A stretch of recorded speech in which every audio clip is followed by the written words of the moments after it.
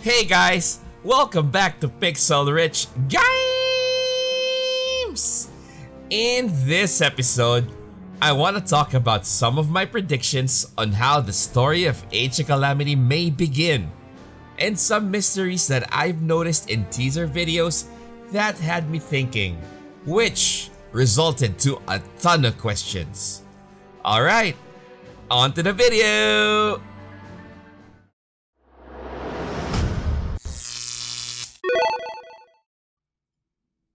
So for Breath of the Wild fans out there just like myself, our story started with our hero, Link, waking up in the Shrine of Resurrection as we hear Zelda's voice call out.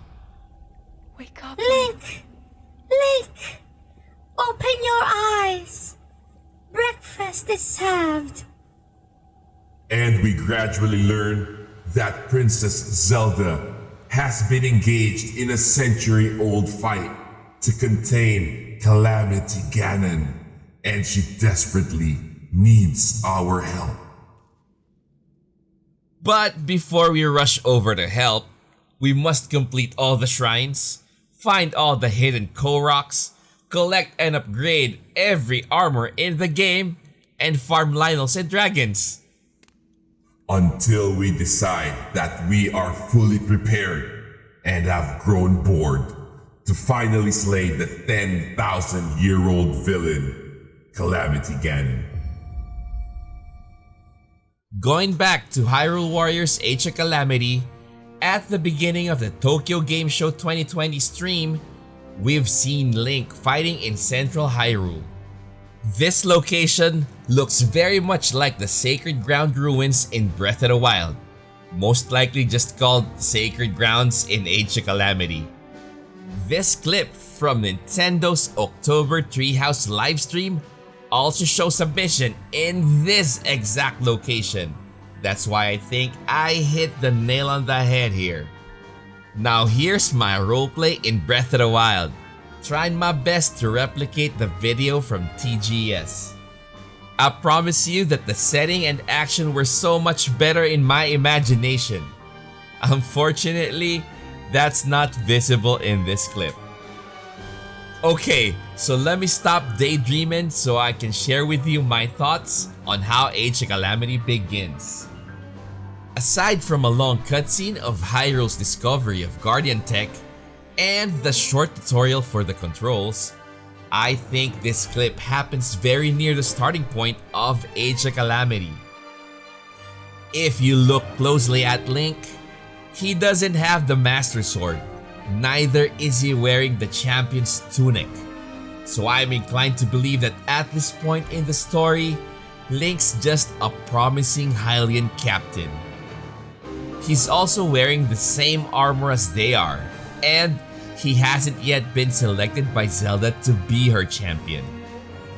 If you watched my video about TGS 2020, I'd like to apologize as I thought that Link was already using the Master Sword because of the ult animation that uses the full stamina bar, which makes his sword light up like a lightsaber and proceeds to do a spin attack.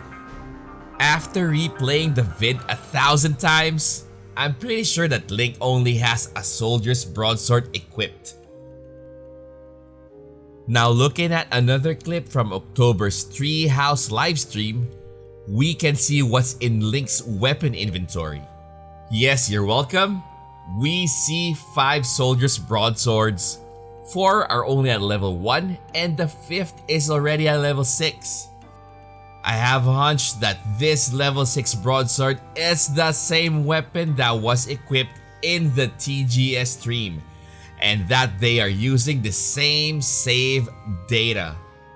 So PRG, what's the deal with the sword? Thought you were gonna blabber about the start of Age of Calamity. If I'm right, this is significant because all of these combined with a scene where Link meets Impa and L2D2 for the first time means that Link doesn't yet personally know Zelda, and that Impa and L2D2 play big roles in Link's rise to power. Well, aside from Link's insane massacre skills. Link also doesn't know the 4 champions yet, and I actually think they aren't in champion status as well, but are the strongest heroes in their domains. Have a look at this clip where Link trains to use two-handed weapons. Look at what Daruk says when he appears. You there, let's rumble. As you can see, Daruk also isn't wearing a champion's tunic at this point. Well, more like a champion sash. Quick refresher, this is how our heroes should look like in their respective champion attires. Link has the tunic, Daruk and Mipha both rocking their champion sash, Revali with his champion scarf, and Urbosa with her champion skirt. Here's another scene that kinda shows that Team Sky Blue is still in the recruitment process. This is from the Urbosa gameplay clip in the Nintendo Treehouse livestream. I'm guessing that at this point, Zelda has already selected Link to be her personal bodyguard because of L2D2 as King Rome, thus formless Hyrule. doesn't want her roaming around studying her Guardian tech and her Sheikah Slate alone. I'm also guessing that the reason why they went to Gerudo Town is to recruit Urbosa in their squad. You can also see Urbosa here saying, Allow me to help. I am the reason you walked into this mess after all. Notice that Urbosa is still wearing her black skirt. The last point I want to make in this video is, at this point in the story, I don't think that the divine beasts have already been discovered.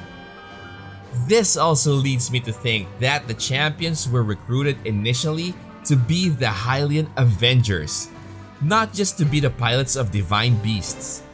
A subtle proof to back this hunch up is simply the map, which shows the game progress. We don't see the divine beasts anywhere on the map, but we see Rito Village has been completed, Death Mountain has been completed, Zora Domain has been completed, and Gerudo Town has been completed. We also see on the character selection screen for the Blacksmith Guild that all champions plus Impa are already in the party. Take note, the Blacksmith clip was revealed right after we saw the map. Probably Impa and L2D2 will be instrumental in locating the divine beasts. Given the little information that has been revealed to us, the real mystery is, when did Ganon take over the divine beasts? Was Hyrule baited to think that they controlled the beasts, when in fact they were already under Ganon's control in the first place? Or did Ganon defeat the divine beasts one by one with his mini Ganons? So many unanswered questions at this point. In any case, what do you guys think? I'm interested to know your thoughts on how the Age of Calamity adventure begins. It's always exciting to see fresh speculations, plus we all get to scratch each other's itch while we wait for November 20th. Hope you guys enjoyed this video. Don't forget to support the channel by subscribing and leaving a like. And as usual, stay safe and God bless us all.